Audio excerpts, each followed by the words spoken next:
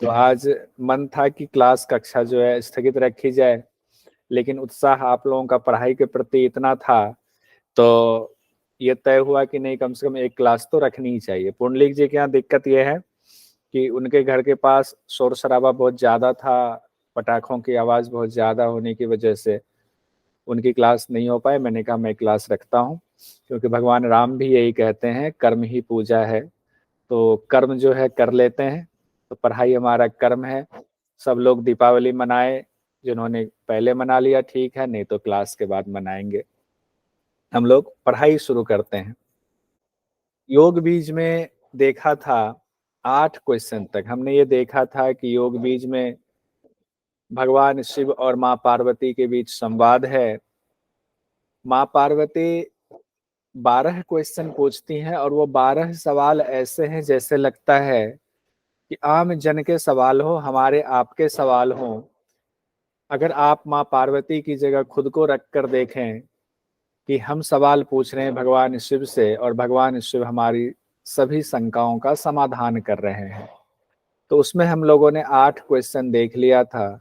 4 आज हम लोग देखेंगे और ये भी देखेंगे इस बार दिसंबर 2023 में क्या कोई क्वेश्चन पूछा भी गया था योग बीज से, वो भी देखेंगे।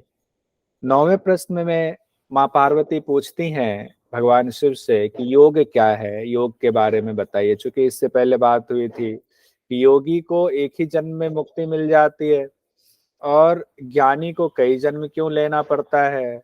अब ये सारी बातें हुई तो भगवान शिव ने ये बता दिया था, तो माँ पार्वती ये पूछ रही हैं कि योग क्या है, कैसे योग का अभ्यास करना चाहिए और योग के अभ्यास से और क्या क्या लाभ होता है, कैसे हम मोक्ष तक पहुंचते हैं। तो भगवान शिव कहते हैं योग के बारे में कि पहले तो योग की परिभाषा उन्होंने दी हुई है कि योग जो है, योपान प्राण यो योग है, स्व रजो रेत सो स्थिता सूर्य चंद्रमस सौरो सौर योगम जीवात्म परमात्मनो। यानी कि प्राण और अपान का मिलना योग है, रज कहते हैं ना, रज और वीर्य का मिलना योग है, सूर्य और चंद्रमा का मिलना योग है, जीवात्मा और परमात्मा का मिलना योग है, इनका संयोग योग है। तो 4 चीजें उन्होंने योग की परिभाषा में कही हैं। अब देखिए यहाँ जो बातें, हो सकता है एग्जाम में इस दृष्टि से सवाल आ जाए कि योग बीज के मुताबिक योग क्या है, तो 4 ही चीज कही गई। क्या क्या, फिर से एक बार रिवीजन कर लीजिए, बोल लीजिए अपने मन में माइक ऑफ रखते हुए ही। प्राण और अपान का मिलना, प्राण अपान का संयोग ही योग है। रज और वीर्य का मिलना ही उसका संयोग ही योग है। सूर्य नारी और चंद्र नारी का मिलना ही योग है। जीवात्मा और परमात्मा का संयोग ही योग है। प्राण अपान, रज वीर्य, सूर्य और चंद्र नारी, जीवात्मा और परमात्मा, ये 4 चीजें कही गई हैं। उसके बाद योगाभ्यास के लक्षण बताए गए हैं। कहते हैं योगाभ्यास करने जाएंगे तो सबसे पहले गुरु की खोज करेंगे, बिना गुरु के आपको अभ्यास नहीं होगा। क्या वॉइस में कोई दिक्कत तो नहीं आ रही है? बाकी लोग बताएं, वॉइस क्लियर है ना? ठीक है, कोई भी माइक खोल के बता सकते हैं कि वॉइस क्लियर है ना? हाँ सर क्लियर है। जी सर आ रही है। तो दिक्कत है, एक बार अपना नेटवर्क चेक कर ले, या नहीं तो एक बार लेफ्ट करके फिर से ज्वाइन कर ले, कोई बात नहीं। कहते हैं योगाभ्यास की बात करेंगे तो गुरु चाहिए, गुरु की खोज करो और ऐसे गुरु की जिन्होंने प्राणायाम को सिद्ध कर लिया है। प्राणायाम सिद्ध का मतलब जिनका कुंडलिनी जागरण हो गया है, प्राण सुषुम्ना में प्रवाहित होने लगा है। और जब गुरु मिल जाए तो उनकी सेवा करो। जब गुरु की सेवा करेंगे, उनके प्रति भाव दिखाएंगे हम अपना, तभी वहां से हमें ज्ञान मिलेगा। कहते हैं कि गुरु की कृपा से फिर क्या होता है, वेष्टांबर कहते हैं, वस्त्र को प्राप्त करो। अब ये कुछ एक विधि बताई गई है, वेष्टांबर और वेष्टनांबर भी कहा गया, यानी ऐसा वस्त्र कहा गया है जो गुरु देंगे योग के अभ्यास के लिए। अब अगर आ जाए एग्जाम में, गुरु की कृपा से जो आपको वस्त्र प्राप्त होगा उसकी लंबाई चौड़ाई के बारे में क्या कहा गया है, तो कहते हैं 1 वितस्ती वो लंबा होना चाहिए। कितना? 1 वितस्ती। 1 वितस्ती 12 अंगुल या 9 इंच भी होता है। 9 इंच 12 अंगुल या 1 वितस्ती का वस्त्र गुरु देंगे, वो वस्त्र क्या होगा, 4 अंगुल चौड़ा होगा, 1 वितस्ती लंबा, 4 अंगुल चौड़ा, कोमल वस्त्र होगा, शुद्ध और धवल वस्त्र होगा, यानी कि श्वेत वस्त्र होगा। तो कैसा वस्त्र हुआ, 1 वितस्ती लंबा, 4 अंगुल चौड़ा, कोमल श्वेत शुद्ध वस्त्र आपको गुरु देंगे। उसके बाद कहा गया कुंडलिनी के बारे में। देखिए ये भी अलग है, एग्जाम में क्वेश्चन कहाँ से आता है, जो मैं बार बार कहता हूँ, बात होती है कि पूरा शास्त्र पढ़ें या उसमें से क्या पूछा जाए। शास्त्र तो पूरा हम लोग पढ़ रहे हैं, क्वेश्चन वही आता है जो थोड़ा अलग हटके होता है। जो कॉमन होता है वो तो कॉमन किसी शास्त्र के नाम दिए बिना भी पूछ दिया जाता है, वो आप हम जवाब दे देते हैं। फंसते कहाँ हैं, जहाँ क्वेश्चन अलग पूछा जाता है। अब ये चीजें बाकी शास्त्रों में बताई गई हैं, लेकिन किसी अलग विधि से, शक्ति चालन मुद्रा के दौरान बताई गई अलग अलग। लेकिन यहाँ क्या बताया गया कि जिस गुरु के प्राणायाम की सिद्धि हो गई हो, उनकी सेवा करें, सेवा करने के बाद गुरु खुश होंगे तो आपको एक वस्त्र देंगे। उस वस्त्र की लंबाई 1 वितस्ती होगी, चौड़ाई 4 अंगुल होगी, वो कोमल वस्त्र होगा, शुद्ध होगा और धवल वस्त्र होगा। ठीक है, तो इसको नोट कर लीजिएगा कहीं कि ये वाली चीजें एग्जाम में पूछी जा सकती है। बाकी आपको ये मिल गया हुआ है पीडीएफ, फिर से पीडीएफ भेजूंगा क्योंकि थोड़ा बहुत इसमें हमने ऐड करा है, वैल्यू एडिशन करा है, तो ये पीडीएफ दोबारा आपको भेज दूंगा। कुंडलिनी के बारे में हमने कहा था कि बाकी शास्त्रों में 3.5 फेरा लगाए हुए हम लोगों ने पढ़ा हुआ है। कुंडली 3.5 फेरा लगाए हुए सुषुम्ना के द्वार को मुख से बंद करके बैठी रहती है। लेकिन योग बीज में कहा गया है कुंडली 8 लपेटा लिए हुए है। कितना लपेटा लिए हुए, 8 लपेटा लिए हुए। तो ये भी आपके एग्जाम की दृष्टि से नोट करने लायक है, यहाँ इंपॉर्टेंट मैं लिख देता हूँ, मार्क कर देता हूँ। तो ये कुंडली 8 लपेटा लिए हुए है, ये भी लिख दीजिए। 8 लपेटा लिए हुए किस शास्त्र में कहा गया है, योग बीज में कहा गया है। उसके बाद कहा गया शक्ति चालन का अभ्यास करें। किस मुद्रा में करें, तो सिद्धासन या वज्रासन। वज्रासन को ही सिद्धासन कहा गया, हम लोग जानते हैं ना। फिर से एक लाइन रिवीजन, योग बीज में कितने आसन का जिक्र है बताइए, माइक खोलकर। एक ही आसन का जिक्र है, एक ही, और वज्रासन है, और उसी को सिद्धासन कहा गया है। हाँ, उसी वज्रासन को सिद्धासन कहा गया। तो ये चीज ध्यान रखें, वज्रासन को ही सिद्धासन कहा गया है।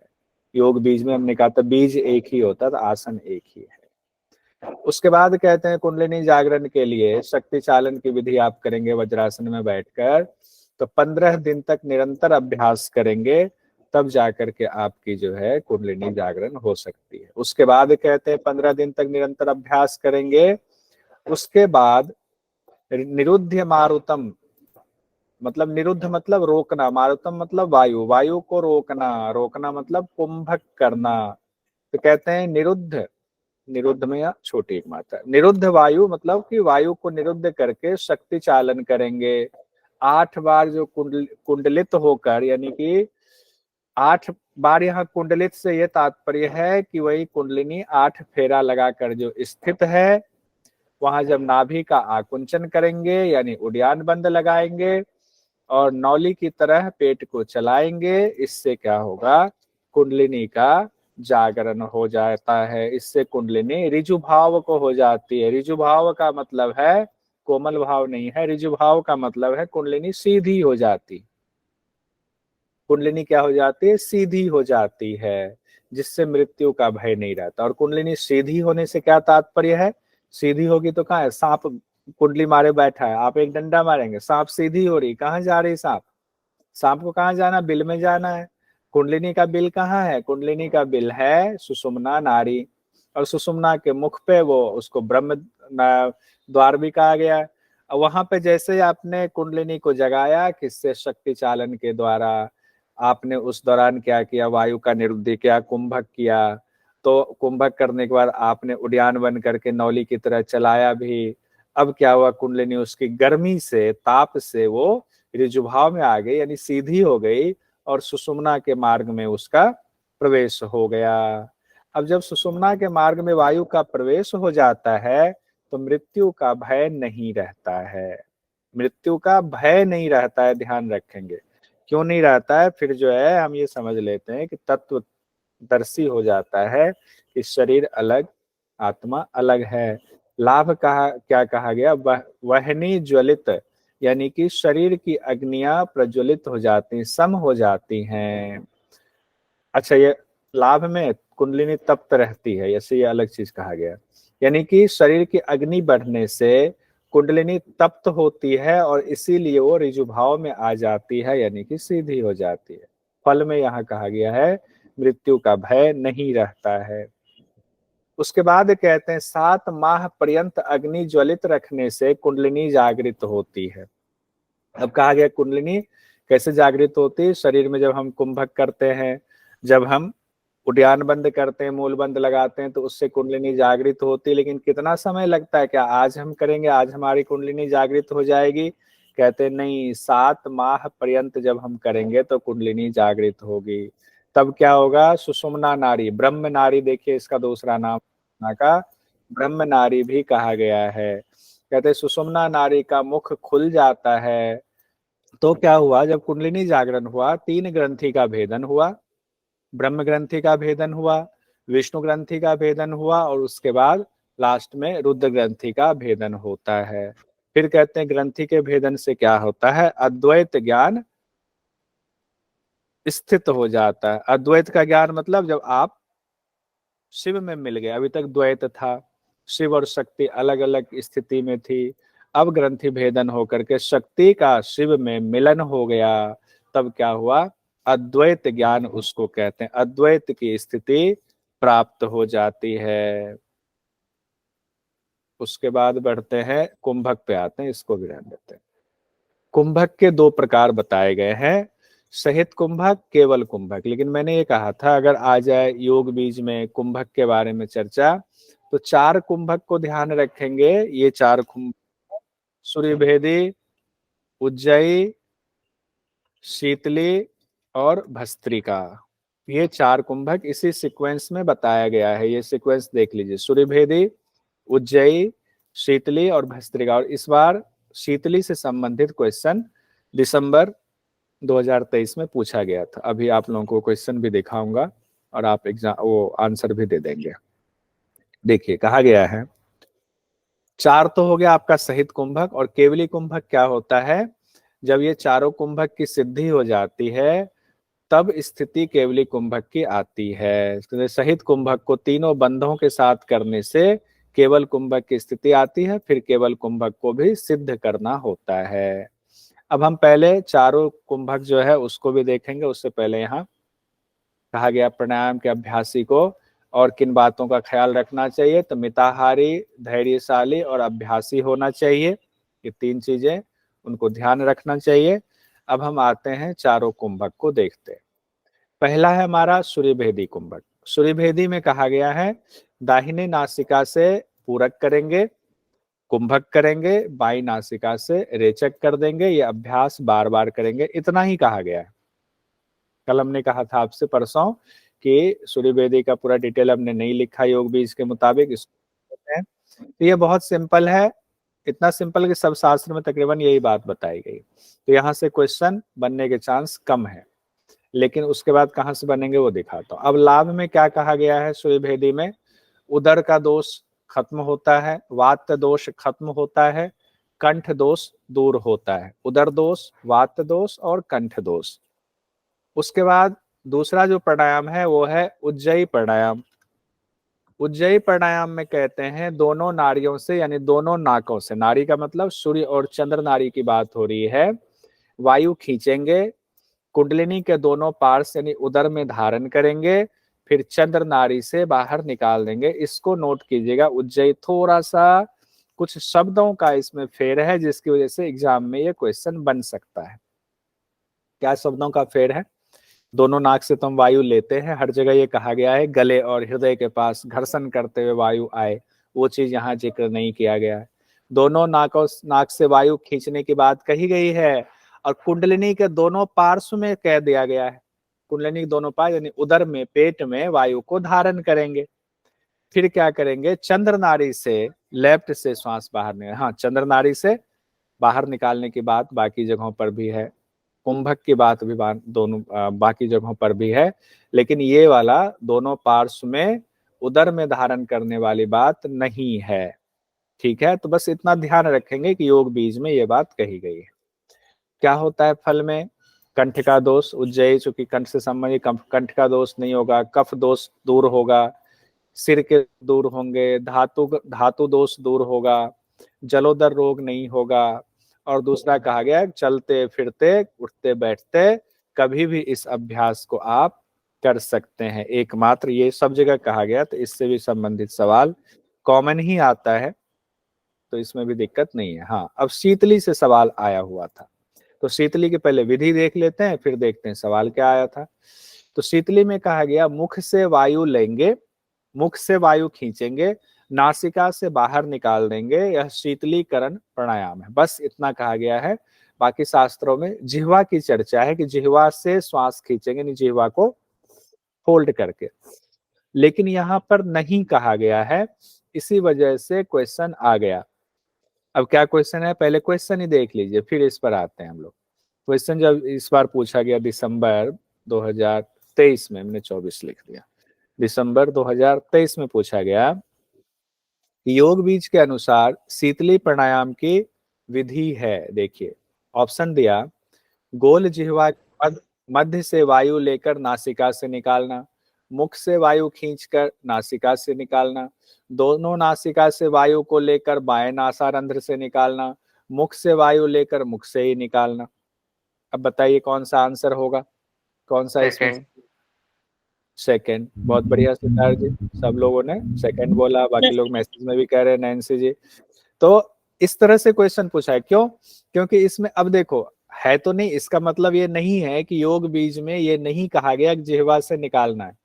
अगर योग बीज के कोई शिक्षक हो या कोई अभ्यास कराए योग बीज पढ़ के, तो वो व्याख्या ऐसे ही लगाएंगे कि जिह्वा से ही लेना है, शीतली ऐसे ही करते हैं। लेकिन एग्जाम की दृष्टि से चीजें बदल गई, क्योंकि वहां शॉर्ट में लिखा हुआ है। क्यों शॉर्ट में लिखा है, पूरी व्याख्या नहीं, क्योंकि गुरु व्याख्या करेंगे, गुरु के लिए व्याख्या छोड़ी गई है। ठीक है, लेकिन एग्जाम में ये एग्जामिनर के लिए क्वेश्चन बन गया। गोल जिह्वा सबसे पहले हम लोग यहाँ से गलती करेंगे, ये वाला क्वेश्चन हम लोग टिक लगाकर, ज्यादातर लोग जिन्होंने नहीं पढ़ा था वो आएंगे।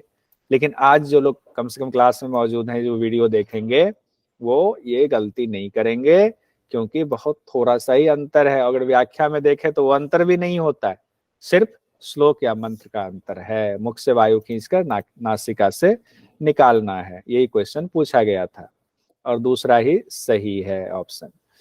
इसका क्या फल बताया गया है, पित्त रोग दूर होगा, ज्वर रोग नष्ट होता है, पित्त और ज्वर पर आपका क्या होता है, वो रोग नष्ट हो जाता है आपका। चौथा जो कुंभक है सहित कुंभक में, वो है भस्त्रिका कुंभक। तो इसलिए जब कुंभक की बात आएगी, अगर मान लीजिए सहित केवल नहीं है तो 4 कुंभक ही याद रखना है, ध्यान रखिएगा, कंफ्यूज नहीं होंगे वहां।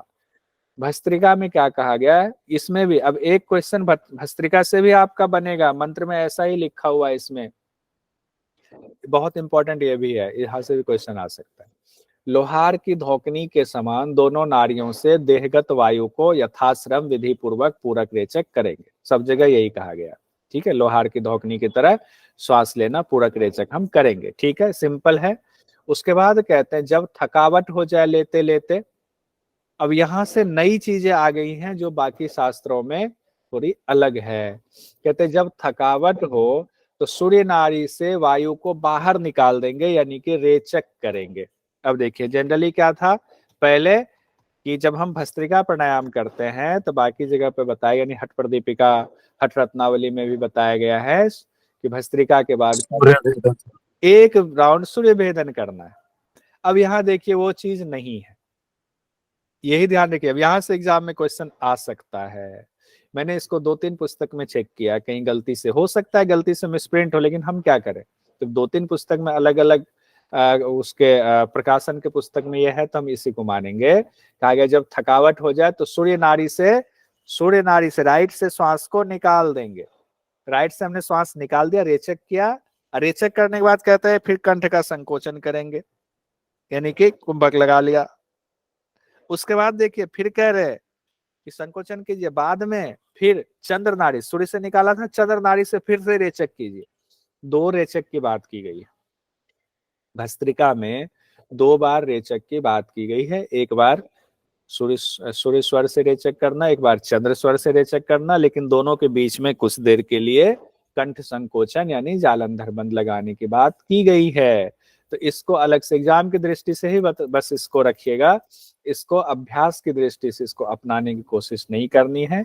अभ्यास जिस शिक्षक से, जिस संस्थान से आप कर रहे हैं वहां जैसे बताया गया वैसे ही अभ्यास करें।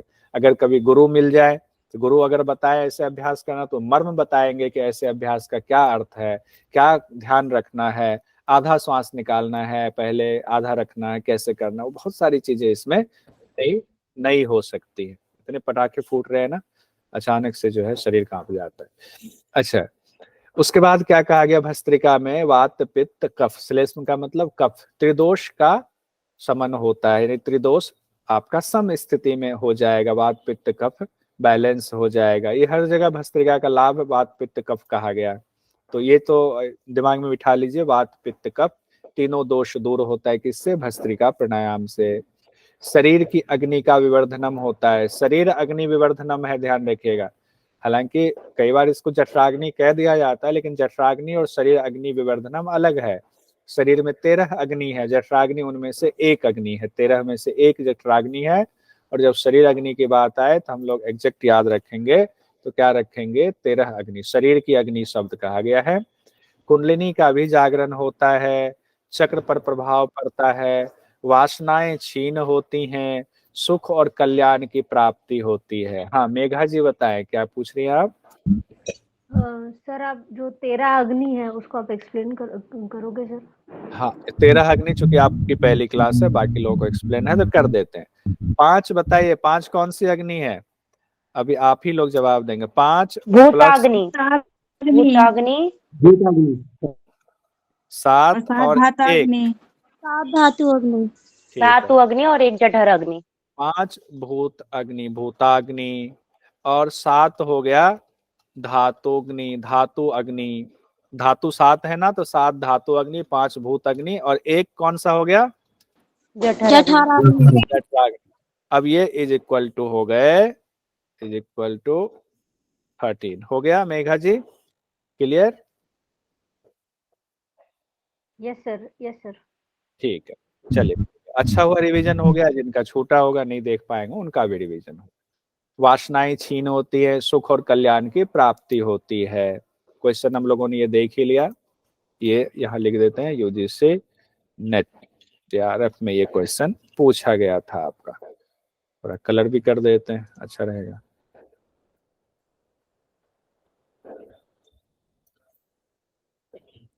अब आगे बढ़ते हैं। अब आता है इसके बाद बंध का क्रम। 3 बंध बताया गया है, मूल बंध, जालंधर बंध और उड्डयन बंध बताया गया है। मूल बंध, जालंधर बंध, उड्डयन बंध। मूल बंध, जालंधर बंध, उड्डयन बंध, 2-3 बार बोलेंगे याद हो जाएगा कि सीक्वेंस ऐसे बताया गया। मूल बंध में कहा गया है, गुदा को अत्यंत दृढ़ता से दबाएंगे, वायु को ऊपर बलपूर्वक खींचेंगे। वायु मतलब अपान को ऊपर खींचने की चर्चा हो रही है, पहले प्राण अपान मिलता है, लेकिन मूल बंध में तो अपान को ऊपर उठाना होता है।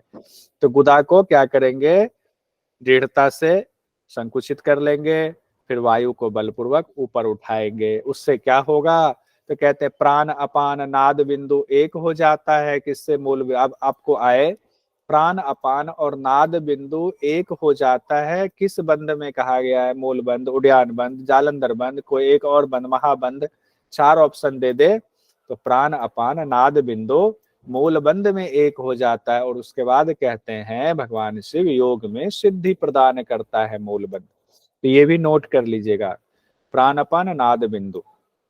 दूसरा है उड्डयन बंध, नाभि के ऊपर और नाभि के नीचे पेट के भाग को प्रयत्न पूर्वक क्या करेंगे, पीछे की ओर खींचेंगे, पीछे की ओर तानेंगे। ये क्रिया क्या है, उड्डयन बंध की क्रिया है। अब यहाँ पर एक चीज ये कहा गया है, इसको ध्यान रखेंगे, इसको लगाना कब है, कहते हैं कुंभक के आदि में, कुंभक के कुंभक के आदि यानी कि शुरू में, रेचक के अंत तक उद्यान बंद करना है। तो कुंभक जब हम लगा रहे हैं, जैसे कुंभक शुरू किया हमने, उसी समय हमने उद्यान बंद कह रहे हैं कि लगा देंगे।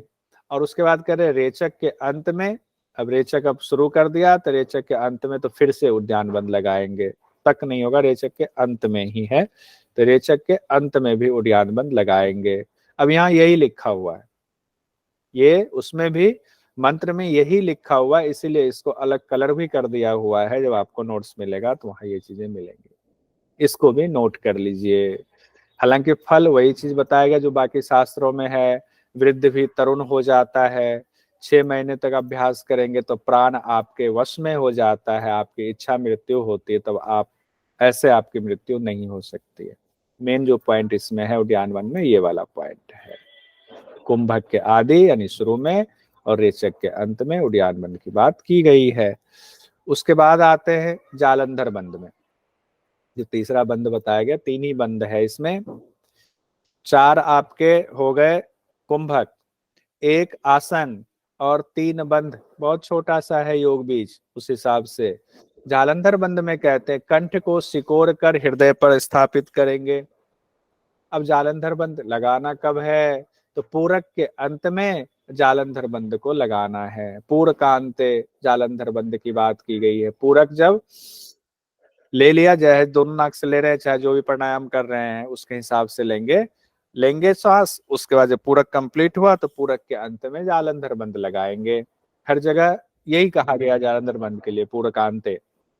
इसमें क्या होगा, अमृत बचाता है, प्राण ब्रह्म नारी में प्रवेश करता है, यानी सुषुम्ना नारी में प्रवेश करता है। और कहा गया है वज्रासन यानी कि सिद्धासन में प्राणायाम अभ्यास और कुंडलिनी संचालन करेंगे। तीनों बंद व चारों प्राणायाम इसी में, किसमें, एक ही वही है, आसन ही बताया गया, एक ही आसन, यानी कि वज्रासन सिद्धासन में ही प्राणायाम का भी अभ्यास करना है, कुंडलिनी संचालन का भी अभ्यास करना है, और तीनों बंधों का भी अभ्यास इसी में करेंगे। इसी से कुंडलिनी का जागरण होता है। प्राण फिर क्या होता है, कुंडलिनी जागरण होकर प्राण सुषुम्ना में प्रवेश करता है। सुषुम्ना का स्थान मेरुदंड के अंदर, यहाँ वज्रदंड कहा गया, ध्यान रखिएगा। अगर वज्रदंड आया तो परेशान नहीं होंगे, ये शब्द कहाँ से आ गया, वज्रदंड, मेरुदंड के लिए वज्रदंड का इस्तेमाल किया गया है। कहते हैं सुषुम्ना का स्थान मेरुदंड के अंदर ब्रह्म नारी बताई गई है, वही ब्रह्म नारी ही सुषुम्ना है। मणिपुर चक्र से सहस्रार के मध्य 21, ये अब ये एक एग्जाम में क्वेश्चन आता है, ये ध्यान रखिएगा। एक बार आया भी हुआ है ये क्वेश्चन कि 21 मणियों का जिक्र कहाँ पर किया गया है, कि मेरुदंड में 21 मणियां हैं, ये जिक्र किस हठ ग्रंथ में किया गया है, तो ये किया गया है योग बीज में। क्या कहा गया है, कहते हैं मणिपुर चक्र से लेकर सहस्रार चक्र के मध्य 21 मणियां हैं, 21 मणियां सदृश ग्रंथियां हैं, ये ध्यान रखिएगा। तो जनरली सवाल जो पूछा जाता है ना, 21 मणि से पूछा जाता है, और वो भी कहाँ कहा गया है, मणिपुर चक्र से सहस्रार चक्र के बीच में 21 मणियां। तो ये कहीं नोट कर लीजिए। मैंने क्या बोला हुआ था कि कैसे आपको तैयारी करनी है, तो हम डिटेल पढ़ रहे हैं, डिटेल नोट्स भी आपको मिल जाएगा, लेकिन एक बुक आप कॉपी अलग से अपनी डायरी रखेंगे, योग बीज लिखा और योग बीज के इंपॉर्टेंट पॉइंट्स वो उसमें नोट करते गए, इंपॉर्टेंट पॉइंट्स बस, बाकी डिटेल नोट्स यहाँ से आपको मिलेगा। कहते हैं कैसे रहते हैं 21 मणियां, मानो एक सूत्र में 21 मणियां पिरोई हुई हैं, जैसे कोई माला में एक सूत्र है, उस सूत्र में 21 मणियां पिरोई हुई हैं। इस तरह से ये कहाँ रहता है, मेरुदंड में रहता है। कहाँ से कहाँ तक, मणिपुर चक्र से सहस्रार चक्र के बीच में रहता है। उसके बाद कहते हैं 21 मणियों को धारण करने से सुषुम्ना को विश्वधारिणी भी कहा गया है। सुषुम्ना को विश्वधारिणी क्यों कहा गया, अगर एग्जाम में आ जाए सवाल तो क्या होगा, 21 मणियों को धारण किया हुआ है सुषुम्ना, इसीलिए उसको विश्वधारिणी भी कहा गया है। ये भी इंपॉर्टेंट है, इसको भी नोट कर लीजिएगा। सुषुम्ना में प्राण के संचार से क्या होता है, तो सुषुम्ना में प्राण के संचार से मृत्यु यानी प्राण पर विजय प्राप्त हो जाता है। प्राण आपके कंट्रोल में आएगा तो कहते हैं कि जावत देहे प्राण है तावत मृत्यु आपकी आ नहीं सकती है। तो अब कुंडलिनी जागरण से क्या होता है, प्राण को आपने कंट्रोल कर लिया, अब प्राण मृत्यु आपकी ऐसे नहीं हो सकती है।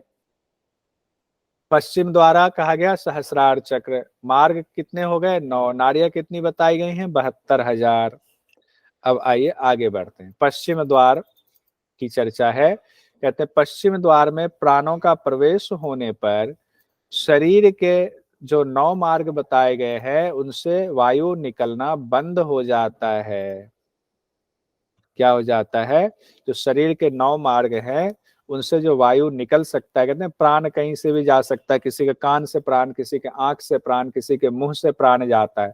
लेकिन योगी क्या करता है, प्राण को कुंडलिनी जागरण करके सुषुम्ना में प्रवाहित करा दिया और पश्चिम द्वार यानी कि सहस्रार की तरफ लेकर चला गया। तो अब जितने मार्ग हैं उन मार्गों से आपकी मृत्यु नहीं हो सकती, उन मार्गों से वायु निकलना बंद हो जाता है।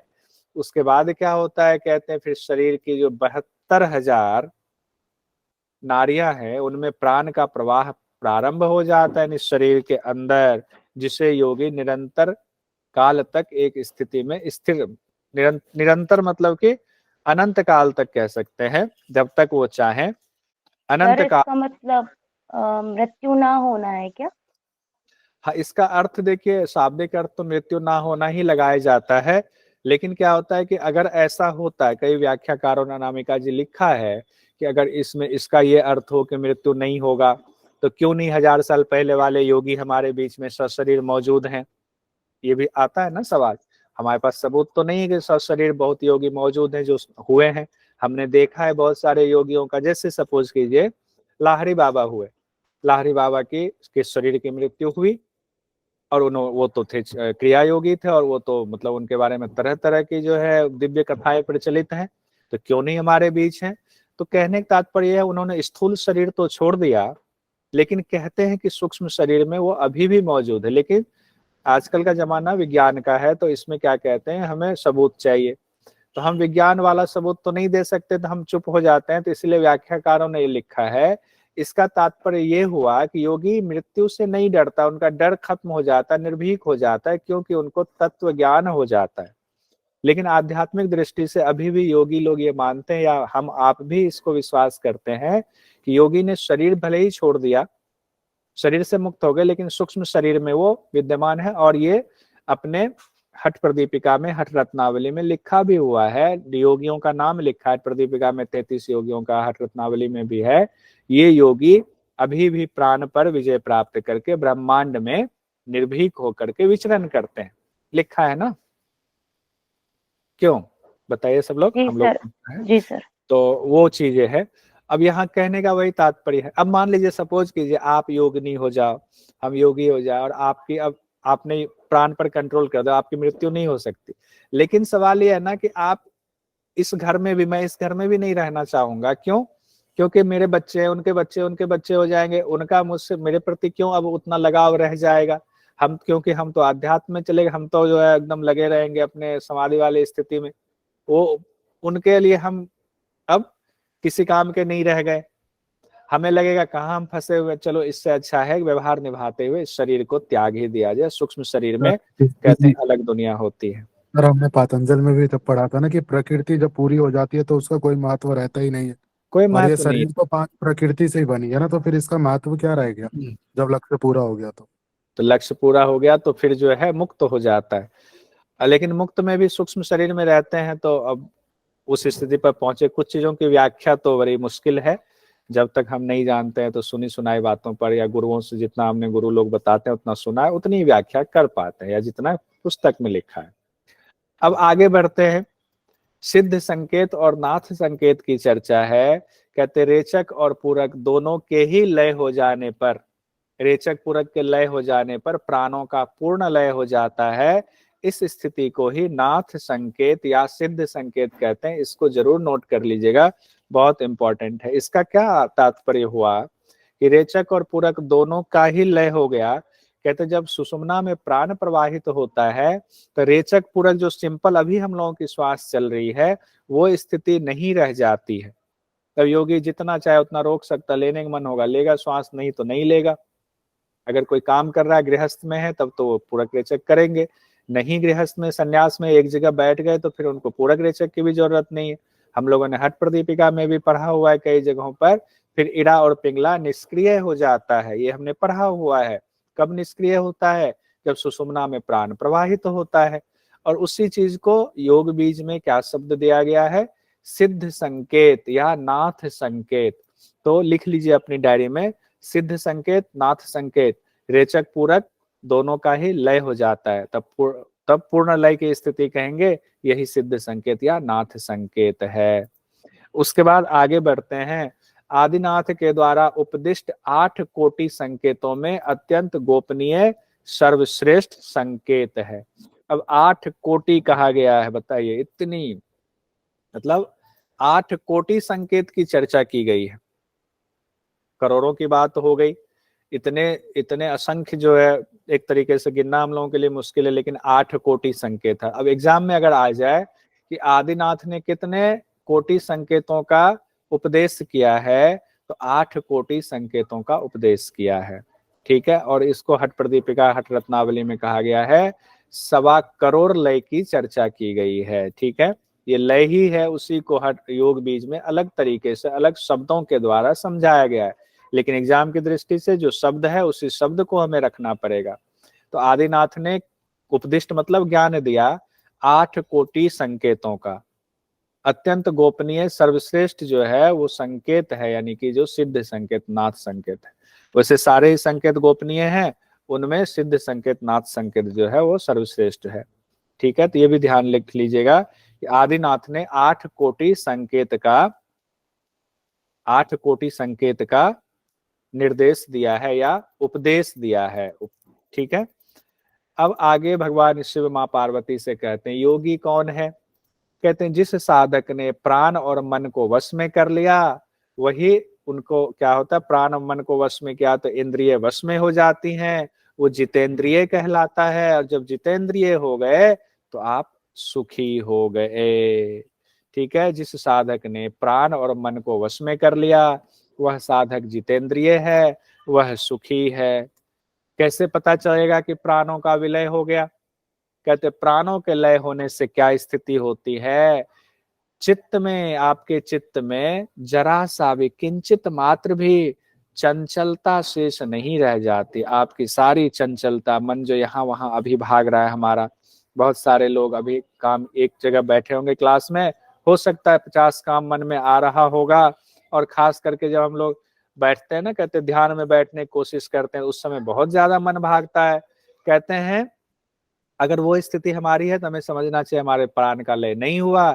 लेकिन अगर चित्त की चंचलता बिल्कुल किंचित मात्र भी चित्त चंचल नहीं है तो मानना चाहिए प्राणों का लय हो गया है। कहते हैं जैसे तुम्बी से दूषित रक्त को खींचा जाता है, उसी प्रकार प्राणों का प्रवाह सुषुम्ना में होने पर सभी धातुगत दूषित मलों को खींच लेता है और पूर्ण रूप से शुद्ध कर देता है। कब होता है ये पूर्ण रूप से शुद्धियां सभी नारियों की? तब होता है जब सुषुम्ना में प्राण प्रवाहित होता है।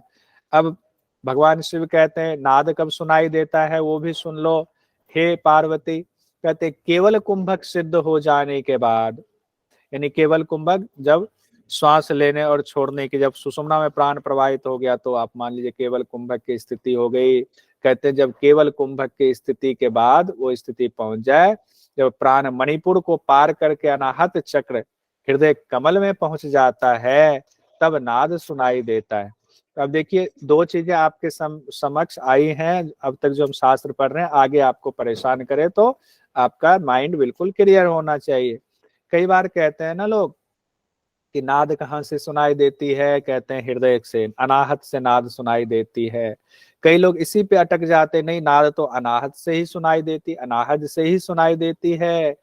और हमने इससे पहले पढ़ा हुआ है रत्नावली में हठ प्रदीपिका, नाद सुषुम्ना से सुनाई देती है। अब दो चीजें आई लेकिन बात एक ही है।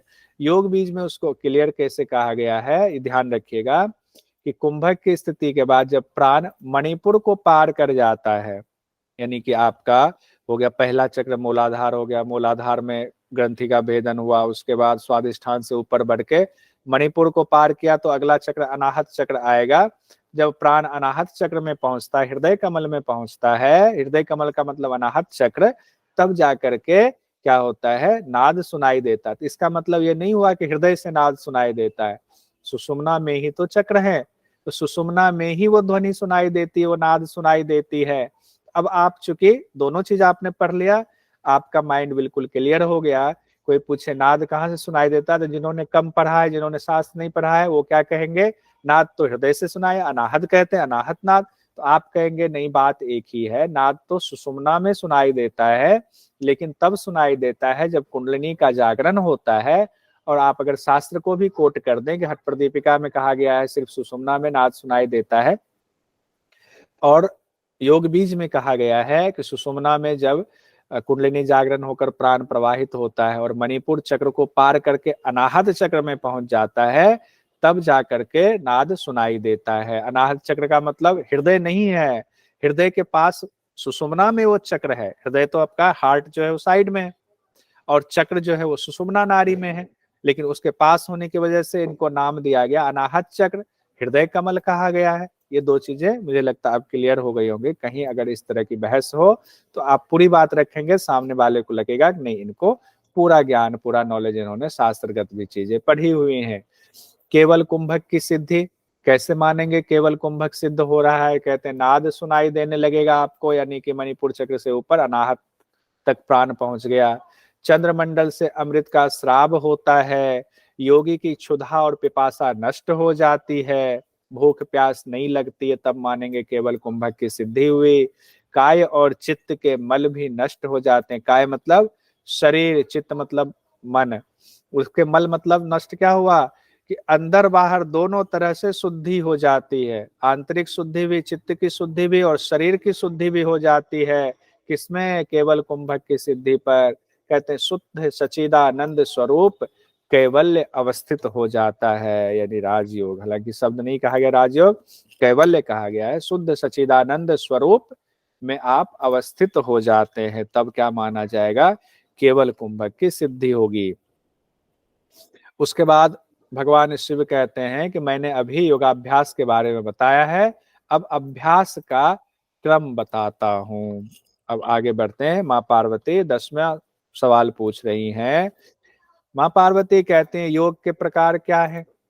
मंत्र, हठ आदि 4 प्रकार के जिन योग तत्वों की ओर संकेत किया गया है, उसका यथावत क्रम से उपदेश कीजिए हे भगवान शिव। यानी कि अब जो 4 योग है, मंत्र योग, हठ योग, लय योग और राजयोग, उसी के बारे में भगवान शिव कहते हैं अब इसका क्रम से अभ्यास बताता हूं। और उसी को माँ पार्वती ने सवाल पूछ दिया। ये 10वें नंबर का सवाल है आपका। तो शिव जी कहते हैं उत्तर में, मंत्र योग, हठ योग, लय योग, राजयोग ये महायोग है। तो महायोग की चर्चा हम लोगों ने और कहाँ पढ़ी थी, पहली क्लास में भी इसको रिवीजन किया था, हठ रत्नावली में हम लोगों ने पढ़ा था, महायोग कहा गया है। मैं सही हूं ना, गलत तो नहीं कह रहा हूं, बताइएगा आप। यस सर, सही है। जी सर, जी सर। लेकिन उसमें क्या था, बस सीक्वेंस अलग था। सीक्वेंस अलग था सर। हाँ, तो सीक्वेंस क्या था उस दिन आप लोगों ने बताया था, एक बार फिर से बता दीजिए तो और रिकॉल हो जाएगा। मंत्र योग, लय योग, राजयोग और हठ योग। बहुत बढ़िया नेहा जी, बहुत बढ़िया, यही सीक्वेंस था। मंत्र योग, लय योग, राजयोग और हठ योग किसमें, हठ रत्नावली में था। और योग बीज में क्या है, मंत्र योग, हठ योग, लय योग और राजयोग लास्ट में दिया गया है। चारों को मिलाकर महायोग कहा गया है।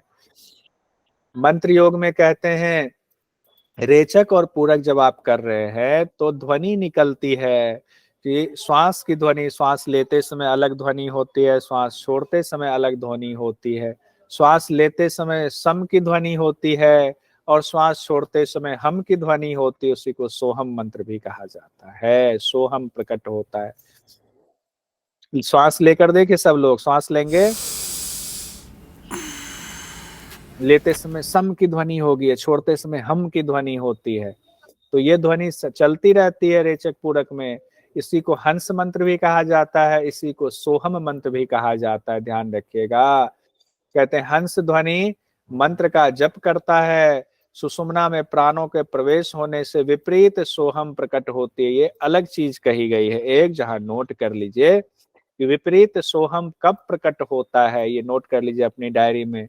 विपरीत सोहम कब प्रकट होता है, जब प्राण सुषुम्ना में प्रकट होता है। जीव सदा सोहम मंत्र का जाप करता रहता है। क्या करता है जीव?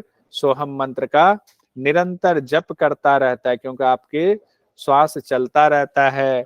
इस जप को मंत्र योग कहते हैं। तो सोहम सोहम बाजा बाजे, ये जो बाजा बजता रहता है सोहम मंत्र, ये मंत्र योग है। लेकिन सिर्फ इतना ही मंत्र योग नहीं है, क्योंकि देखिए सोहम तो जो इंसान योग नहीं करता है वो भी श्वास ले रहा है, छोड़ रहा है, पूरक रेचक तो चल ही रहा है, लेकिन उनका पूरक रेचक अनकंट्रोल्ड है और योगी का पूरक रेचक कंट्रोल्ड होता है। और यहाँ तो सुषुम्ना में प्राण के प्रवेश कराने की बात हो गई है, तब विपरीत सोहम प्रकट होती है भी बात कही गई है। तो इतना एक लाइन का मामला नहीं है कि सब लोग सोहम मंत्र चल रहा है, चल तो रहा है, लेकिन जिसने उसको सिद्ध कर लिया, जिसने उसको उस पर ध्यान ले जाके टिका लिया, उन्हीं का माना जाएगा। और किनकी कृपा से होगा? गुरु के प्रसाद से होगा। उसके बाद दूसरा कहा गया हठ योग। कहते हैं ह मतलब सूर्य नारी, ठ मतलब चंद्र नारी। हठ सूर्य और चंद्र दोनों को एक करना। जब प्राणायाम साधना में सूर्य और चंद्र एक हो जाता है, उनका संयोग हो जाता है, इस प्राण साधना को हठ योग कहते हैं। हठ योग हम लोगों ने पहले भी पढ़ा है। तो इससे क्या होता है? सभी दोषों की समाप्ति हो जाती है। तीसरा क्या कहा गया है? लय। अब लय योग की चर्चा है। लय योग में क्या हुआ? जीव यानी कि जीवात्मा, क्षेत्रज्ञ हो गया परमेश्वर, क्षेत्र को जानने वाला। तो कहते हैं क्षेत्र क्षेत्रज्ञ की एकता को ही लय योग कहा गया है, यानी जीवात्मा परमात्मा की एकता को ही लय योग कहा गया। लेकिन शब्द दिया गया है क्षेत्र और क्षेत्रज्ञ की एकता, तो यही शब्द लिखिएगा लय योग में। क्षेत्र क्षेत्रज्ञ की एकता को लय योग कहा गया। कहाँ पर? योग बीज में। प्राण स्थित हो जाता है, अतिशय सुख की शांति मिलती है, स्वात्मानंद की प्राप्ति होती है, परमानंद की प्राप्ति होती है। ये लय योग का फल बताया। लय योग में वैसे भी परमानंद की प्राप्ति, स्वात्मानंद की प्राप्ति इसलिए भी है कि दोनों मिल गए ना। अब तो दोनों मिल गए तो स्वात्मा आनंद, आत्मा का आनंद, परमात्मा का आनंद, अतिशय सुख होगा वो। अब क्या होगा? प्राण आपका स्थिर हो गया, प्राण चलेगा नहीं। जब मिल गया, जब तक नहीं मिला तभी तक प्राण चलेगा, उससे पहले मिलने के बाद प्राण नहीं चलेगा। चौथा राजयोग की स्थिति बताई गई है। राजयोग में कहते हैं महाक्षेत्र यानी योनि स्थान का मध्य भाग, रजस महाक्षेत्र में जपा गुड़हल कहा गया, मतलब उसके जैसा कलर होता है, या बंदूक पुष्प मतलब एकदम लाल रंग का बंदूक पुष्प होता है, फूल के समान लाल रंग वाला रजस होता है। तो रजस का रंग देखिए, कई बार पूछ दिया जाता है एग्जाम में, एग्जाम की दृष्टि से इसको देखिए कि रजस का रंग कैसा होता है। तो लाल रंग वाला होता है, या तो बंदूक पुष्प जैसा आपको दिया जाएगा। बंदूक पुष्प कैसा होता है? लाल रंग का होता है। तो एग्जाम में आ सकता है रजस का रंग होता है श्वेत होता है, लाल होता है। बंदूक पुष्प मतलब या तो लाल देगा या बंदूक पुष्प जैसा देगा, पीला होता है, हरा होता है। तो रजस का रंग कैसा होता है? या तो आप कहेंगे बंदूक पुष्प के समान, या फिर आपके सामने होगा लाल रंग का होता है। उसके बाद कहा गया रेतस। रेतस कहा गया है वीर्य को। एक रजस हो गया, दूसरा रेतस कहा गया वीर्य को। तो रज और रेतस का एक ही भाव ही राजयोग है। अब इसमें व्याख्याकारों ने कहा है स्त्री पुरुष दोनों में क्या होता है? रजस और रेतस होता है, यानी रज और वीर्य। ये हम लोगों ने ये पढ़ा है ना कि रज होता है स्त्री में, वीर्य होता है पुरुष में। लेकिन व्याख्याकारों का कहना, और हठ प्रदीपिका में भी एक जगह कहा गया है कि अपने ही शरीर के रज और वीर्य को मिलाए, रज और रेतस को एक ही भाव करना, वही राजयोग है। यानी हर शरीर में रज और रेतस होता है, उसका एक ही भाव करना राजयोग है। और जब राजयोग की प्राप्ति होगी तो अनिमा आदि अष्ट सिद्धियों की प्राप्ति होती है, अष्ट सिद्धियां मिलती है। अगर एग्जाम में आ जाए योग बीज के मुताबिक, अनिमा आदि अष्ट सिद्धियों की प्राप्ति कब होती है? जब राजयोग की प्राप्ति होती है, जब रज और रेतस की का ऐक्य हो जाता है, उनका एक ही भाव हो जाता है। उसके बाद कहते हैं जब प्राण और अपान एक हो जाता है, तब मंत्र हठ लय राजयोग की सिद्धि हो जाती है। अब ये चीज भी देख लीजिएगा, लिख लीजिएगा कहीं पर कि चारों योग यानी महायोग की सिद्धि कब होती है? जब प्राण अपान एक हो जाता है, तब चारों योग यानी मंत्र योग, हठ योग, लय योग, राजयोग की सिद्धि हो जाती है। अब मुझे लगता है आज यहीं तक रहने देते हैं। 2 सवाल है 11वें नंबर का और 12वें नंबर का, ये दोनों अगली क्लास में कर लेंगे और एमसीक्यूज इसके क्वेश्चंस निकाल करके कर लेंगे अगली क्लास में। ओम ध्यो शांति अंतरिक्ष गुम शांति पृथ्वी शांति रापः शांति औषधयः शांति वनस्पतयः शांति विश्वे देवाः शांति ब्रह्म शांति सर्वगुण शांति शांति देव शांति श्यामः शांति देवी।